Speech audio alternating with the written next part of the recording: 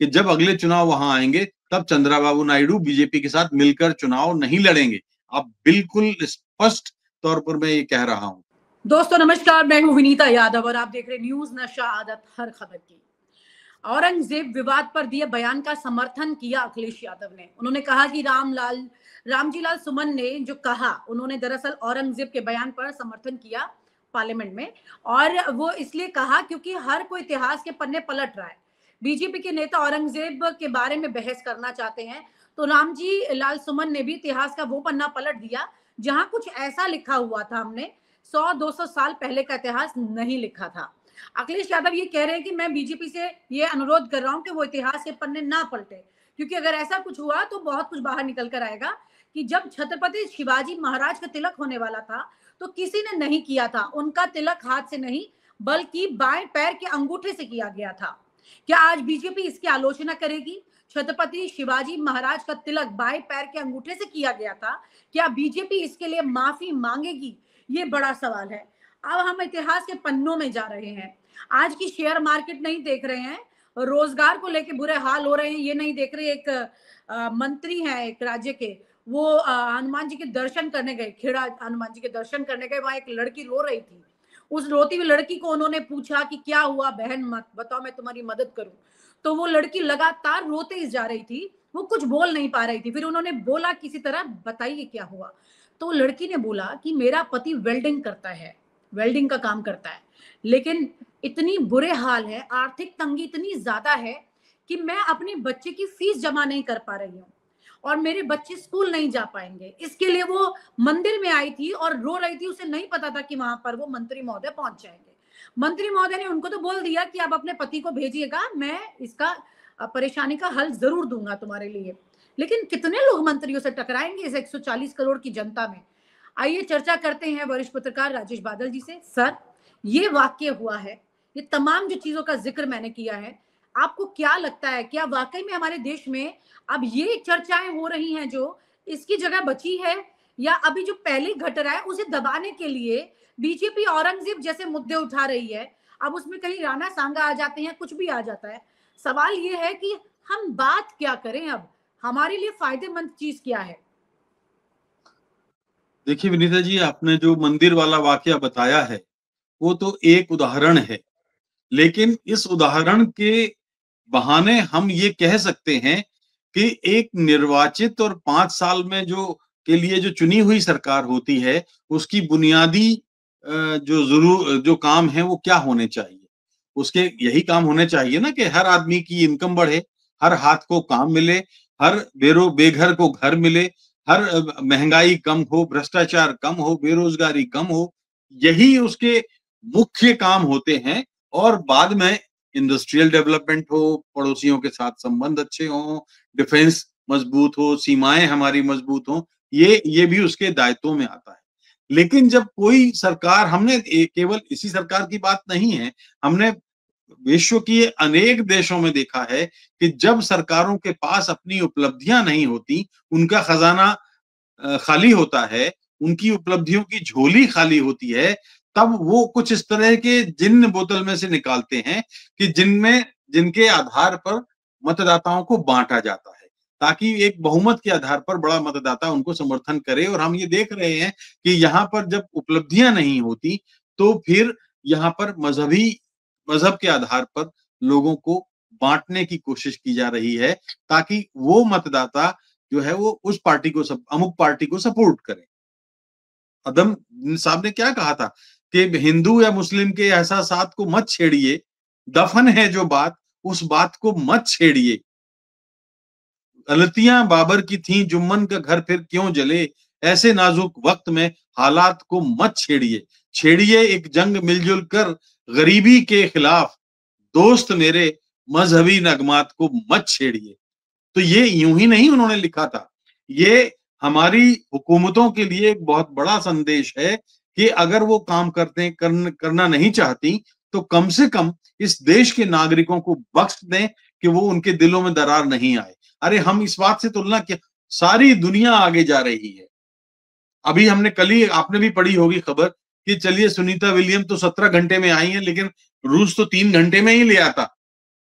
यानी advance technology हो रही है और हम किराए पर लड़ाकू विमान ले रहे हैं, हम लड़ाकू विमान खरीद रहे हैं, हम पनडुब्बियां खरीदते हैं, हम राफेल जैसे विमान खरीदते हैं, हम बना नहीं पा रहे हैं अपने। चीन को आप देखिए अपने रिसर्चेस पर कितना पैसा खर्च करता है। हम उसका एक तरफ उसका जो जो जो उसका धन है वो पहाड़ जैसा है और हमारा जो धन है रिसर्च के नाम पर, शोध के नाम पर, वो जीरो जैसा, एक जीरे के बराबर। तो ये कहने का मतलब है कि हमारी जो प्राथमिकताएं हैं, हमारे विकास की जो प्राथमिकताएं हैं, वो गड्ढमड्ढ है।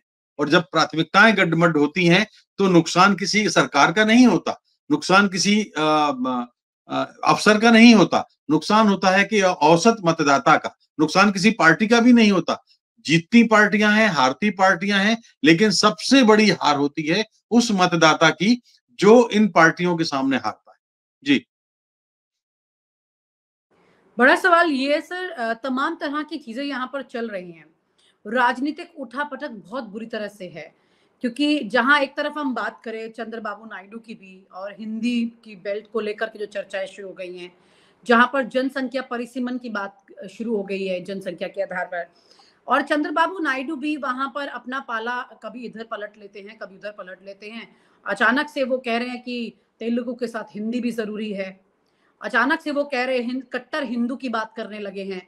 तो ये कौन सी दिशा में हम जा रहे हैं, जहाँ पे आर्थिक चीजों के बारे में कोई बात नहीं कर रहा है, हम ये सारी चीजों के बारे में, हमारे ये बड़े बड़े नेता ये क्या बात कर रहे हैं, क्यों कर रहे हैं? नायडू के अगर करियर को देखें, उनके इतिहास को देखें, तो जहां पर उनको अपने लिए लड़ना था बीजेपी से, वो लड़े ही नहीं। वहां पर भी वो उल्टा अभी उनके साथ ही खड़े हो गए। तो जनता के लिए कितना लड़ेंगे, अपने वोट बैंक के लिए कितना लड़ेंगे? मतलब एक इंटीग्रिटी पर सवाल आ रहा है सर यहाँ पे इन लोगों को लेकर के, समझ नहीं आता है कि आप असल मुद्दे कब उठाएंगे। आप ठीक कह रही हैं। अब जो सियासत हो रही है, इस सियासत में मैं बहुत साफ कहना चाहता हूं कि ये अवसरवादी सियासत है, सिद्धांतों और सरोकारों की सियासत नहीं है। जिस चंद्रबाबू नायडू को हमने अटल बिहारी वाजपेयी के जमाने में देखा था, जब वो एनडीए के संयोजक भी हुआ करते थे, तब भी हमने उनकी भूमिका देखी थी। हमने तब भी उनकी भूमिका देखी जब वो मुख्यमंत्री हुआ करते थे। हमने तब भी उनकी भूमिका देखी जब उन्होंने पाला बदला। और अब आज जैसे आपने कहा कि वो कट्टर मजहबी बयान देने के लिए उतावले हैं, तो ये जो बात है, ये मुझे लगता है कि ये एक इंसल्ट है भारत की डेमोक्रेसी का।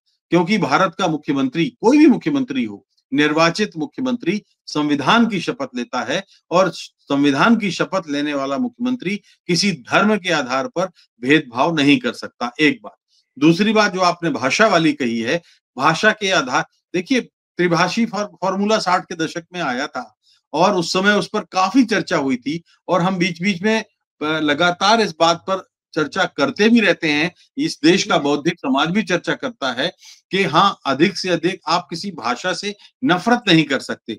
लेकिन भारत जैसी विविधता जो है, विनीता, आप देखिए कि दुनिया के किसी देश में नहीं है। इतनी भाषाएं, इतनी सांस्कृतिक विविधता किसी और मुल्क में नहीं है। इतने धर्म किसी और मुल्क में नहीं है। तो जहां ये हो तो आपको सबका सम्मान करना पड़ेगा, हर भाषा का सम्मान करना पड़ेगा, तब जाकर के आपका ये मिला-जुला लोकतंत्र जो है आगे बढ़ता है। हम अगर देखिए, आप ज्यादातर आप मुल्कों, यूरोपीय मुल्कों में देख लें, आप अमेरिका में देख लें, पश्चिम के देशों में देख लें, भाषा अंग्रेजी है। या कुछ देशों में देख लीजिए तो जैसे जर्मनी है या चीन की है या कुछ और है, जहां-जहां वो अपनी भाषाएं बोलते हैं। लेकिन फिर भी वो अंग्रेजी भी करते हैं। मैं आपको बताऊं, हम अपने यहाँ हिंदी नहीं उतनी पढ़ाते, हमसे ज्यादा हिंदी पढ़ाता है चीन, हमसे ज्यादा हिंदी पढ़ाता है जापान, हमसे अच्छा। ज्यादा हिंदी। जी। हमारे यहाँ से कहीं अधिक यूनिवर्सिटीज हिंदी पढ़ाने वाली चीन में। और हमारे बड़ी यहाँ आप देखेंगे कि चीन में पीजी करने वाले लोग भी शुद्ध हिंदी, भारत में शुद्ध हिंदी नहीं लिख पाते, और जबकि वो एमए हिंदी में होते हैं। तो ये किस बात का सबूत है? कि हमने अपने शैक्षणिक स्तर को बढ़ाने का कोई प्रयास नहीं किया। हम भाषा के आधार पर नफरत तो पैदा करते हैं, लेकिन हम भाषा के आधार पर ज्ञान हासिल करने की कोशिश नहीं करते, और ये बहुत बड़ी खामी है हमारे यहाँ इस समूचे शिक्षा तंत्र में। जी। जी सर, यहाँ पर अगर मैं चंद्रबाबू नायडू की बात करूँ सर, आप उनको किस तरह का नेता मानते हैं? क्या वो अपनी चीजों को इंटीग्रिटी पर लेकर चलते रहे हैं या फिर कुछ और बातें रही हैं उनकी? देखिए मैं कोई भविष्यवक्ता तो नहीं हूँ, लेकिन मैं ये बात ज़रूर कह सकता हूँ कि चंद्राबाबू नायडू या क्षेत्रीय पार्टियाँ या प्रादेशिक पार्टियों के जो जितने भी लोग प्रमुख होते हैं, गठबंधन सरकारों में हमारा जो पुराना अनुभव है, वो ये कहता है कि ये कार्यकाल 4 साल तक तो चलते हैं। 4 साल जैसे ही पूरा होगा, वो आंध्र प्रदेश के स्वाभिमान के बहाने या किसी और जिससे कि आम मतदाता के सामने एक एक समझने वाला कारण पैदा हो जाए, उस बहाने वो अपना समर्थन वापस लाएँगे, क्योंकि 4 साल की एंटी इनकम्बेंसी भी तो उनको बर्दाश्त करना होगी। तो 4 साल तक वो सत्ता की मलाई खाते रहते हैं और जैसे ही अगले चुनाव आते हैं, तब वो अपने आप को अलग कर लेते हैं। आप ये देख लीजिएगा कि जब अगले चुनाव वहाँ आएँगे, तब चंद्रबाबू नायडू बीजेपी के साथ मिलकर चुनाव नहीं लड़ेंगे। आप बिल्कुल स्पष्ट तौर पर मैं ये कह रहा हूँ। ये अपने रास्ते भारतीय अलग कर। जनता पार्टी से अलग होना है, लेकिन वो अलग होने का समय बीजेपी तय करेगी या चंद्रबाबू नायडू तय करेंगे, ये आने वाला वक़्त बताएगा। जी। जी सर, ये बहुत दिलचस्प बात है क्योंकि ये जो नेता हैं अपने स्वार्थ के लिए 4 साल तक हमें घुमाते रहेंगे और आखिर में जाके अपने ही स्वार्थ पे सीधा पहुंच जाएंगे। अभी हिंदू कट्टर हिंदुत्व की बात करेंगे क्योंकि उनका वोट बैंक मुस्लिम है, तो आपकी बात बिल्कुल सही है। हो सकता है वो 1 साल पहले आखिर में जाके अचानक से अपने वोट बैंक की बात करने लग जाएंगे। समझ और चश्मा जो है वो सही तरीके से होनी चाहिए ताकि साफ सुथरी चीजें दिखाई दे सकें। बहुत बहुत शुक्रिया sir, thank you so much for sharing your thoughts. Thank you sir. और आप हमसे जुड़े रहने के लिए सब्सक्राइब करें YouTube पर, फॉलो करें Twitter पर और लाइक करें Facebook पर। और ज्यादा जानकारी के लिए आपको टाइप करना होगा सिर्फ न्यूज़ नशा।